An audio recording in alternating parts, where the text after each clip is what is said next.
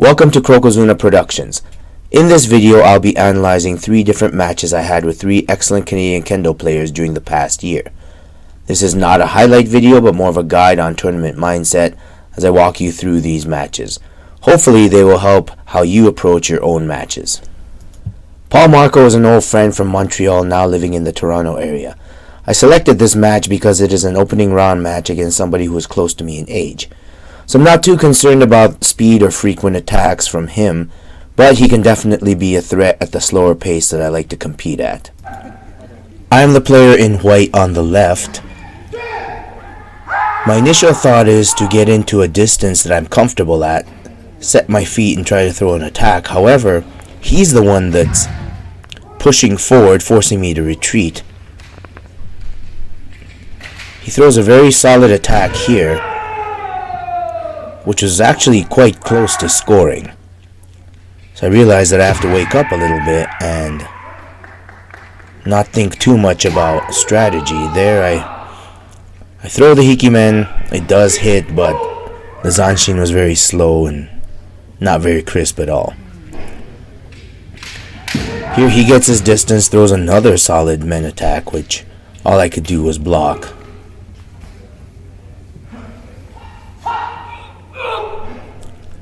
Continues to press forward, making me very uncomfortable at this point.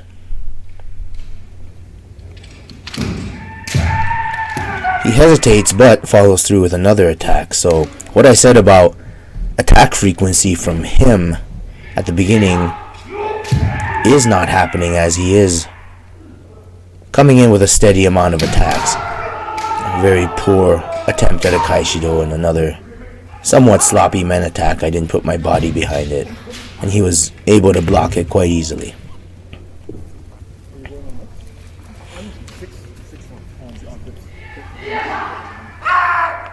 He's keeping his Kamae low, staying centered, being able to get his distance on me. I hesitate, throw a very, very poor attack, which he's able to block.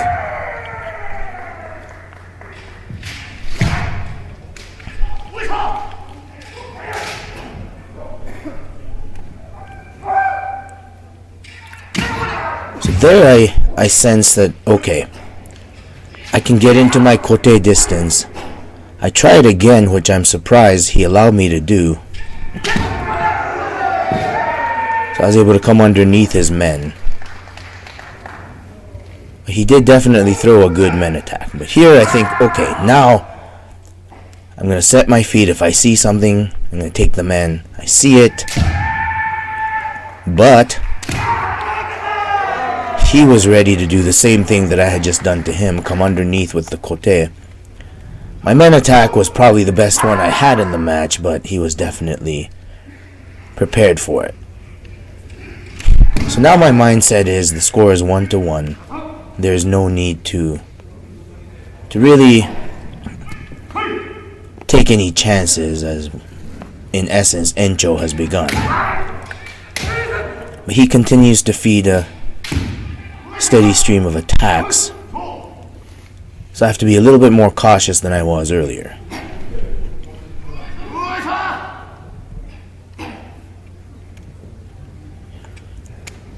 Now he's not coming in as he was, but his willingness to attack is still there. I want to keep him at a good distance, either get to mine and set my feet or try to let him wander in.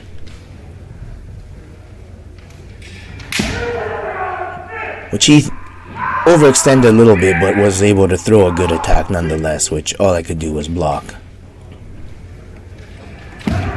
Throws another attack, which was actually from a distance that he was more comfortable from than I had thought.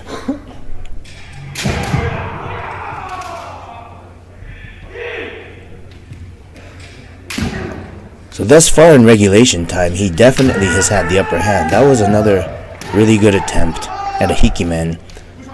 I come in on the kote, however my hips are completely twisted around. So mechanics wise, I had to put my hips in straight in order to score that, but that was something I need to work on. So regulation, he definitely had the upper hand. Now we go into overtime, or encho. He's still coming in. We both hesitated there.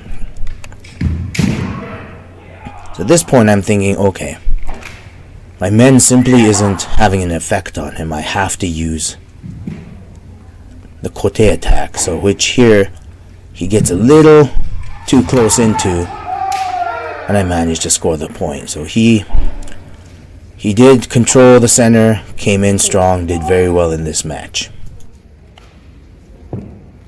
Key points for an opening round match: make sure that you walk on the court focused.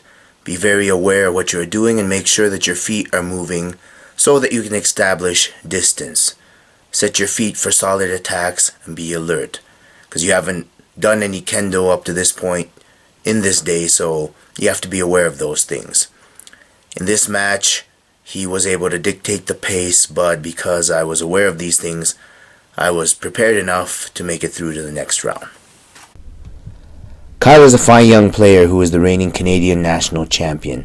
Speed is definitely going to be a huge concern, but he also brings a lot of precision and lateral movement.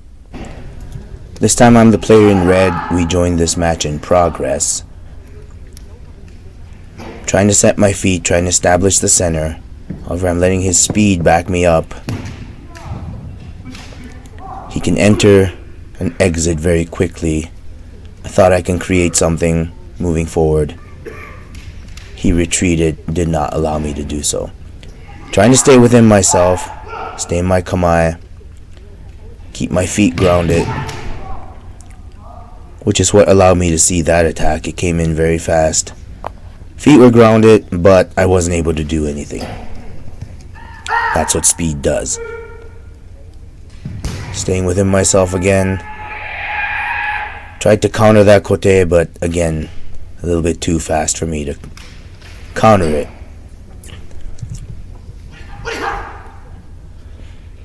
Visibility wise, I'm able to see what he's doing. Until that moment where he completely came around my block. I was moving forward, but he retreated quickly, came around, struck. Absolutely nothing that I can do. Very well executed by him. But I have to stay within myself. I can't go toe-to-toe with somebody like this. Still try to establish my kamae, establish my feet. Try to do what I can. So I was able to counter that kote. Well, counter it with a block. I couldn't really come around him. Got my feet set through a decent kote. Rushed it, couldn't get it in. I would have liked to have him strike a little bit cleaner than that, but nonetheless, I went for it. He came around, got me. Very well done on his part.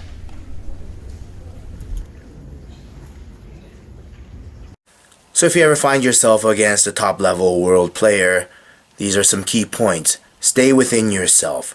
You're not going out and maneuver him, so go for broke with what you do best and not allow him to establish his game. I know that's easier said than done, but that's really your only chance. Although I did lose this match, I made him have to come around me and not just step into his shots. But he's just simply a top-level player and was able to overcome whatever I did. But those are probably the things you can do to give yourself a chance, or to at least have a good, clean match against a player of this level. This is the Taisho or anchor match at the Cleveland tournament for the team finals between Ontario and Koyokai. I had to win this match by at least 1 point to tie and 2 to win. Bobby was the anchor for this Ontario team and a member of the national team as well. He presents several issues as he is not only fast but very experienced. I've played him many times over the past few years.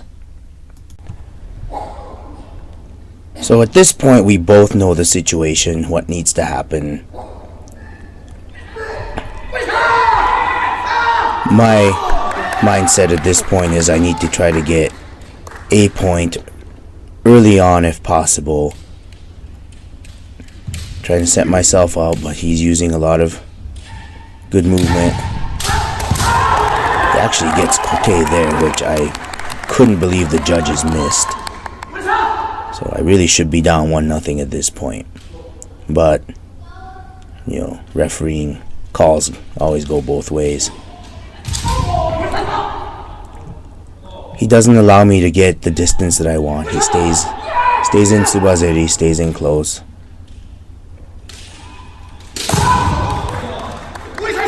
Not my most comfortable, however, when I come out to the distance I want to. He's using a lot of good Shinai movement, a lot of good body movement, not letting me establish anything.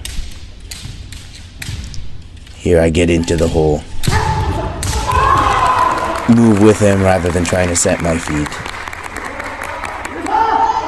Aware of it, but there's not much I can do. He stays in close. Get careless as I try to set something up. Comes around. Very nice hikimen. Something that I really should not have allowed to happen, considering my team is down. Now I definitely need to get 2 points. Try to be aggressive there with a men attack. He ducked under. Saw it coming. I'm trying to pull everything out of my bag of tricks, but he's experienced enough to know that at a certain distance he's safe. And another thing that I did not expect was for him to throw the frequency of attacks he is. So this is a good tactic of defense through offense, or he was just trying to finish me off for his team. Either way, worked out very well for him.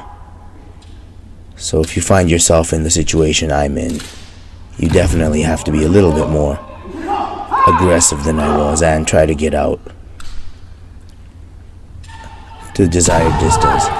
Decent Kote attempt, didn't score.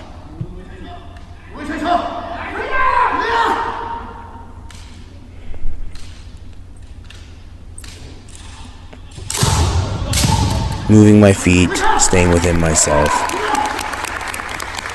But on this day, it simply wasn't working for myself and for my team.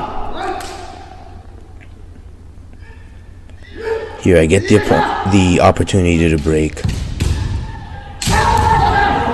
Attempt another Kote. Perhaps I should have gone men there, but it didn't work out for me.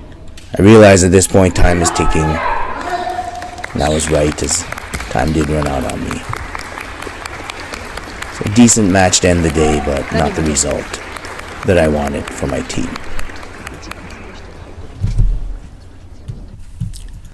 So the key points in a Taisho match, or really any team match, especially past the Jiho or Chuken, is to be aware of the situation and play accordingly. We both in this match knew the situation and did what we had to do for our teams. And on this day, Bobby did his job as the Taisho and led his team to the win. He actually created a little more offense than I thought he would, and was able to really establish a good rhythm in this match. So not only did he do solid Kendo, but we both did situational Kendo, and he was able to come out on top.